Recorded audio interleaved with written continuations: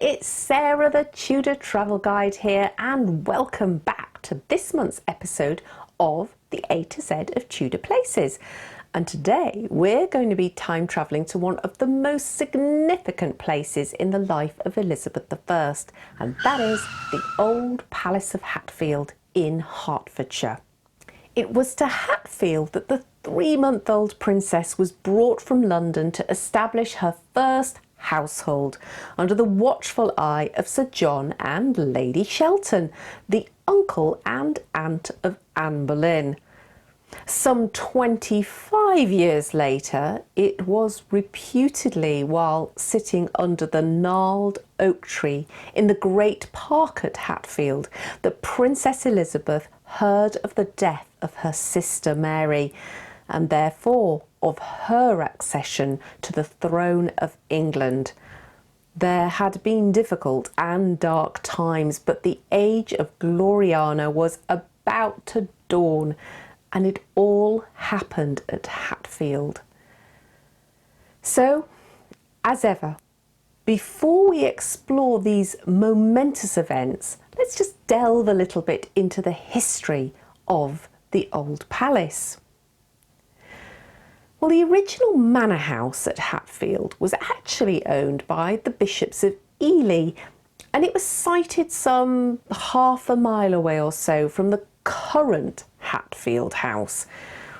And towards the end of the 15th century, around the time that the Battle of Bosworth was being contested between the houses of York and Lancaster, the then bishop, John Morton, built himself a new episcopal palace adjacent to the parish church, which, by the way, still stands and is incredibly historic in its own right.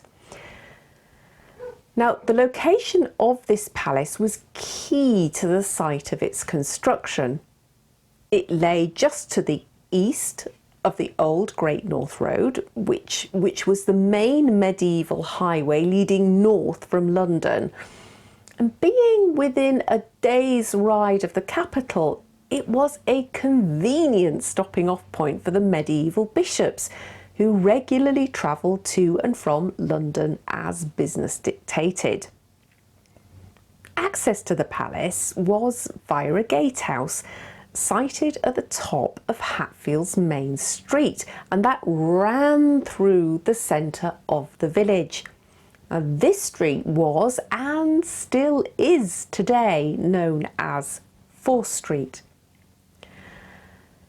One of my favourite architectural historians, Anthony Emery, in his epic books, Greater Medieval Houses of England and Wales, believes that it was this gatehouse which was the original entrance to the palace, and indeed you can access the palace still today from this gatehouse.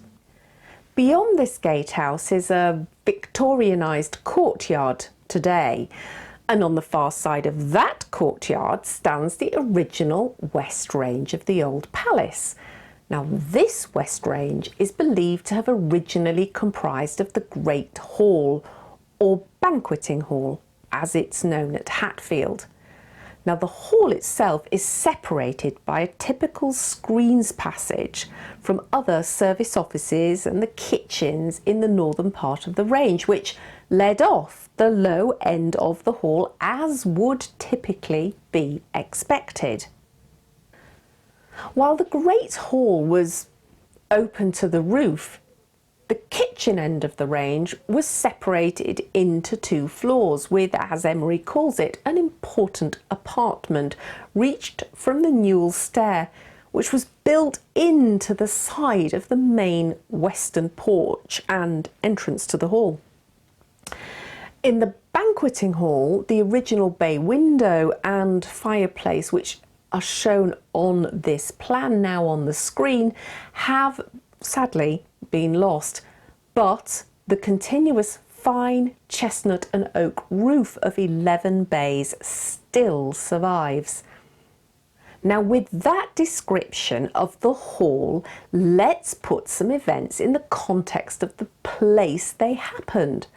Right there in the banqueting hall of the Old Palace.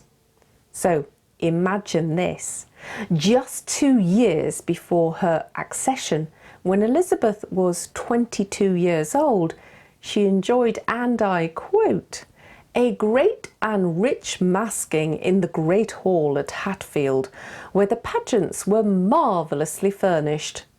There were 12 minstrels, antiquely disguised, with 46 or more gentlemen and ladies, many of them knights or nobles and ladies of honour.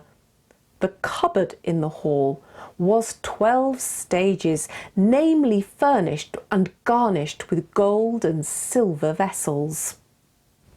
Oh, that sounds wonderful, doesn't it? What a party. And you can imagine that if you go and visit the Banqueting Hall today. And in fact, there's more, because we also hear that on that night, a banquet of 70 dishes void of spices and subtleties were served. Void being a course in our modern day language. So, oh, goodness me, there's a lot to eat.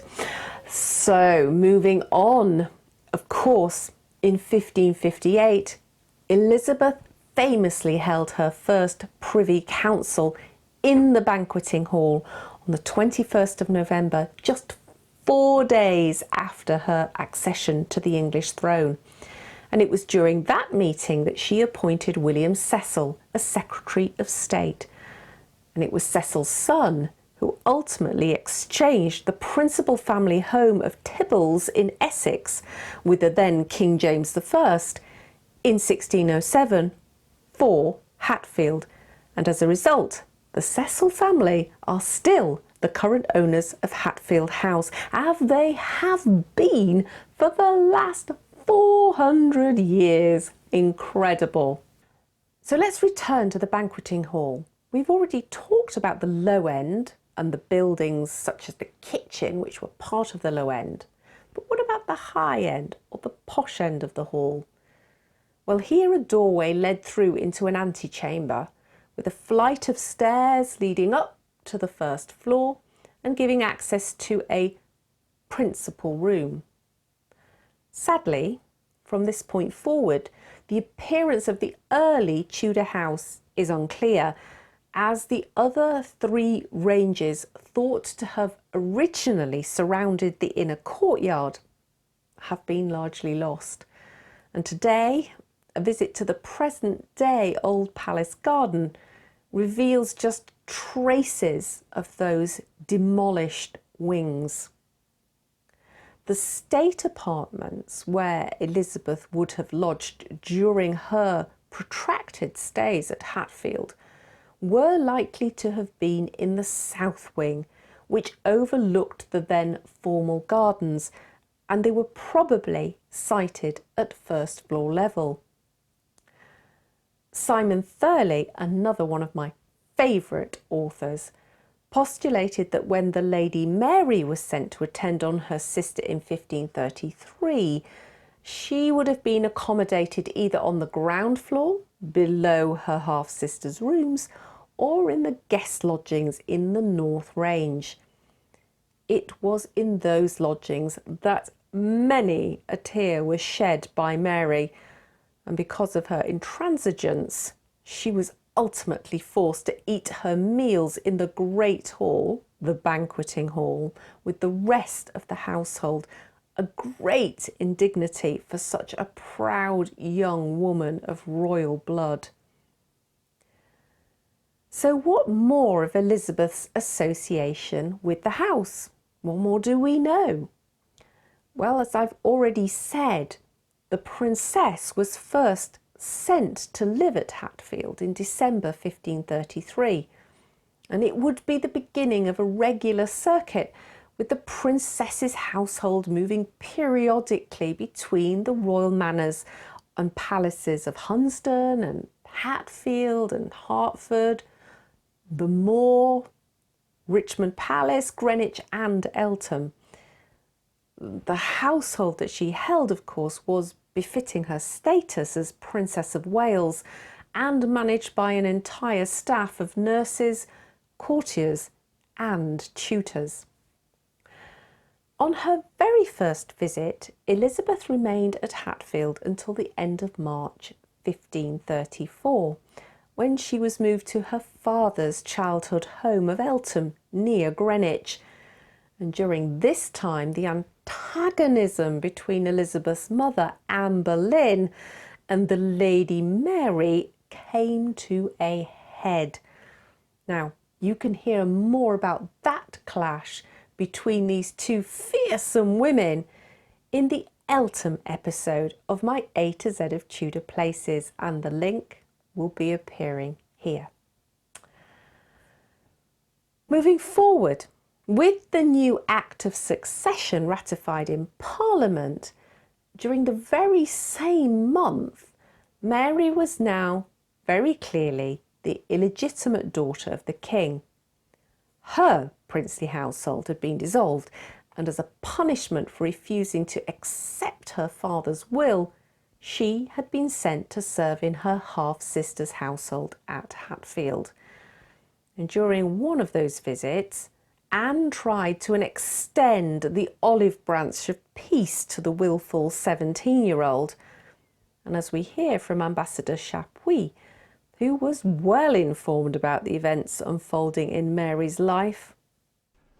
When the king's amie went lately to visit her daughter, she urgently solicited the princess to visit her and honour her as queen, saying that it would be a means of reconciliation with the king, and she herself would intercede with him for her, and she should be as well or better treated than ever. Lodged somewhere else in the palace, Mary was having none of it. Following the defiant lead shown by her mother, Catherine of Aragon, she stated that she knew no queen but her mother. However, she would be grateful if Madame Anne de Boleyn would intercede with her father on her behalf. According to Chapuis, the lady repeated her remonstrances and offers, and in the end threatened her, but could not move the princess. The other was very indignant, and intended to bring down the pride of this unbridled Spanish blood, saying, "She will do the worst she can." 3 years later, of course, Anne was dead, and the young Princess Elizabeth was herself declared illegitimate. Although she came and went, Hatfield remained a constant in Elizabeth's life, and she would return there in 1548, shortly after the embarrassing and highly inappropriate romps with Thomas Seymour, which had resulted in her being sent away from the Seymour household at Sudeley.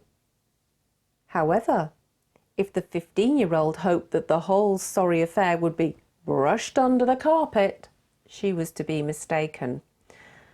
Thomas Seymour, who had been like a father figure to her, was arrested under suspicion of treason and of having been involved in a secret matrimonial plot to marry Princess Elizabeth. Elizabeth was at the Old Palace of Hatfield when the whole affair blew up, with Lord Protector Somerset sending Sir Robert Tyrwhitt to extract a confession from the 15-year-old. At the same time, her beloved cofferer, Thomas Parry, and governess, Kat Ashley, were taken to London for questioning. It was in her rooms at the Old Palace of Hatfield that Elizabeth therefore had her first terrifying brush with accusations of treason. The daily questioning by Sir Robert, the pressure to confess, the worry about her friends and what others might say to implicate her under duress, was a sharp lesson indeed in the dangers of being so close to the throne. However, of course, Elizabeth's intellect steered a course through the fire, but the heat of those 2 intense weeks spent at Hatfield Old Palace would shape her forever. and according to Elizabeth's biographer, Alison Plowden, she had changed from a girl into a woman, and for better or worse, she would never be the same again. On her 17th birthday, Elizabeth finally acquired the Manor of Hatfield outright. However, she had had to petition the king, her brother, not to sell it to the Earl of Warwick, which was Edward's original intention. Clearly, Elizabeth loved the palace and considered it her home, and that it was a home that was worth fighting for. Throughout her brother's reign, Elizabeth lived mostly at Hatfield, with the occasional visit to Ashridge. And certainly she was in residence through the accession crisis which led up to and followed the death of her brother on the 6th of July 1553. When summoned by John Dudley, Duke of Northumberland and head of the Royal Council, to Greenwich, Elizabeth did what any sensible Tudor princess would do.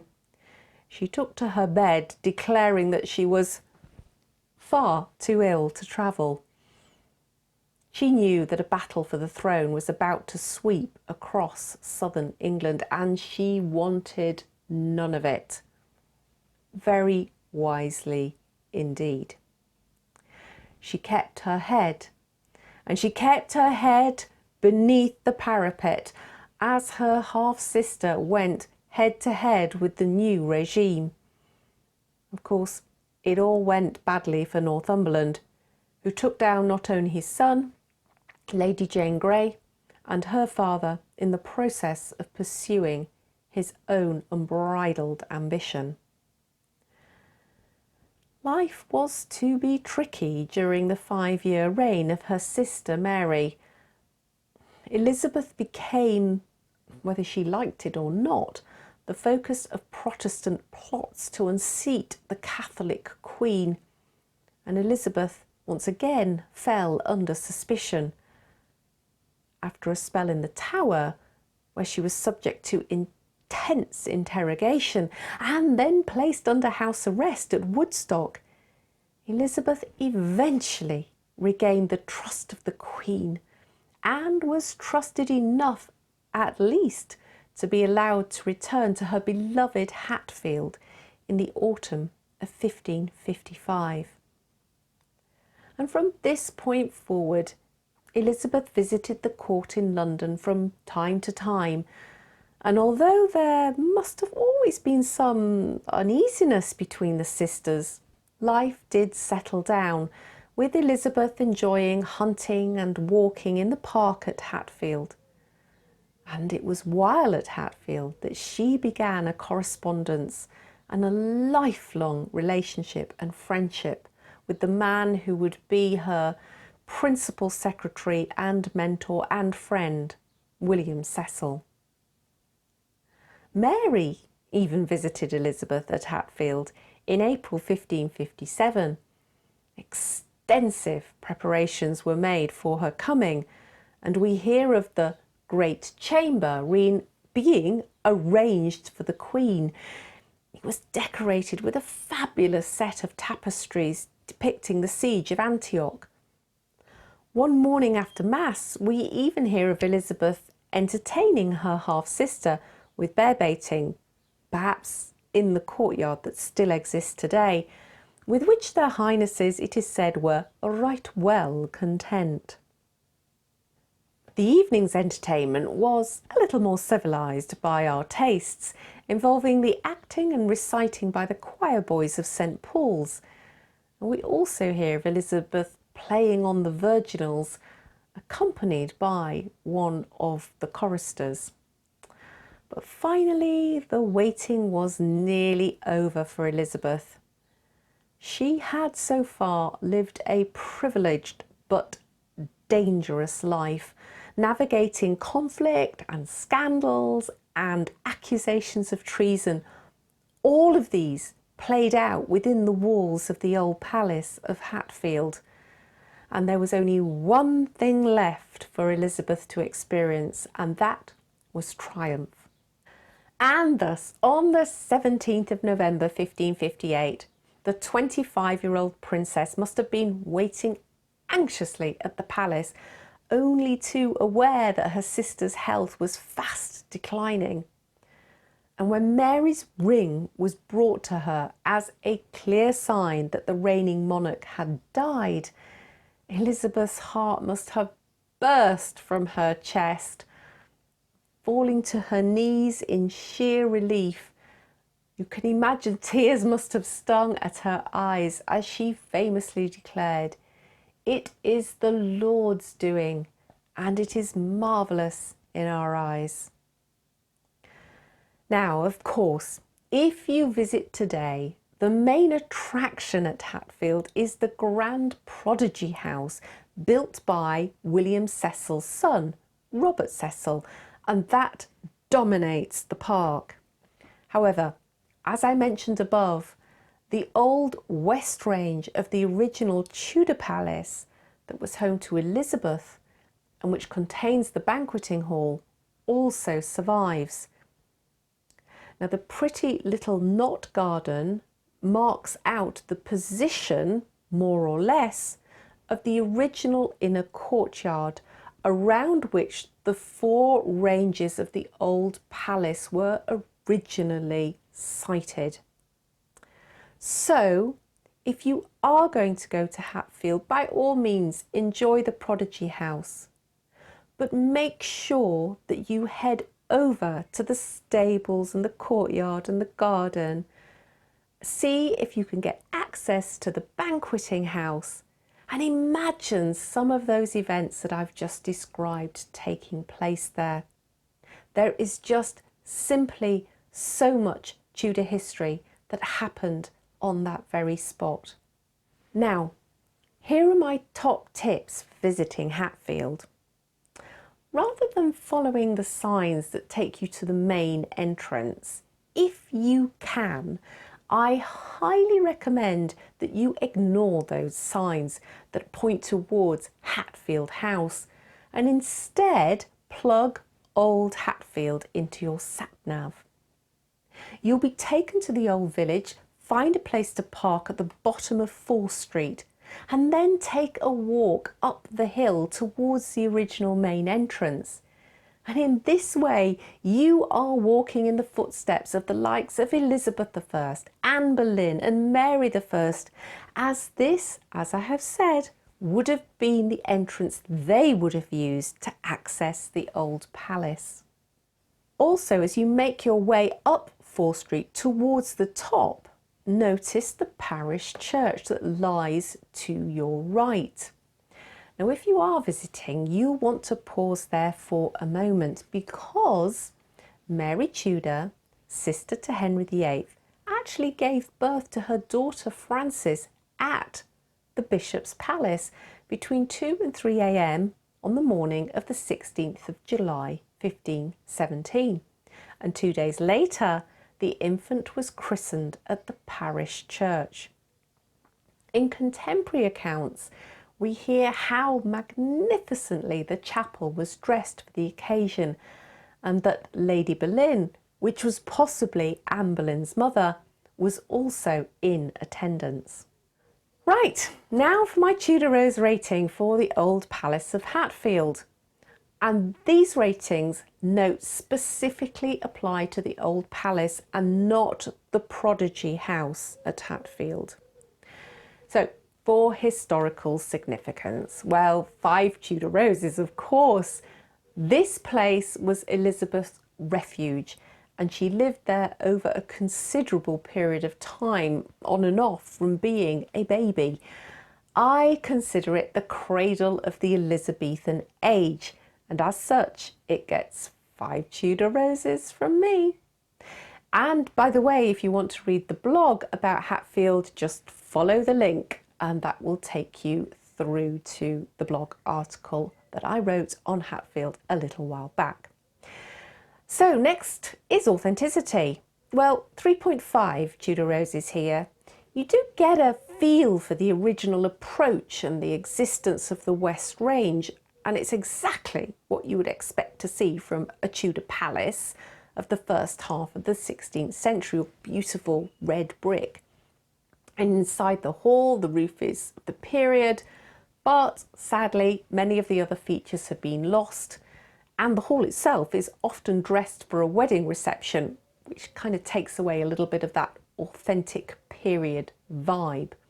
Now we're on to the wow factor. So again, I'm giving Hatfield, the Old Palace there, 3.5 Tudor roses.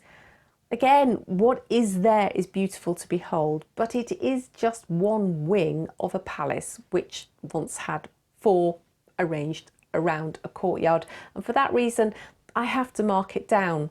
But the gardens are pretty, and all in all, it's a very satisfying place to visit. As for accessibility, I give it 3 Tudor roses. As the Old Palace is available for hire throughout the year as a venue for corporate and private parties, marriage ceremonies, wedding receptions, etc., it's not always possible to view the inside of the Old Palace. On days when it's not in use, you then can see the hall via a viewing bay and also access the upper solar, which looks down onto the hall. Tours of the Old Palace are often also available on the days when it's not in use.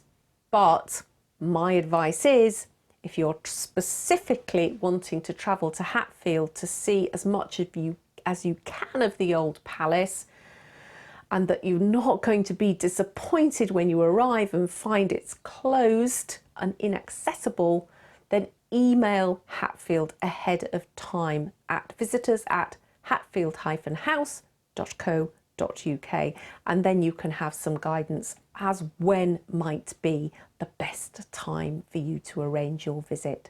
So certainly one to plan ahead for if you want to see as much of the original Tudor Palace where all the action happened as possible. So guys, I think that brings us to the end of today's A to Z of Tudor Places. Thank you so much for joining me. I hope you learned a lot more about the Old Palace of Hatfield and are looking forward to your next visit. So until next month, and next month A to Z, all that remains for me to say, of course, is happy time travelling, my friends.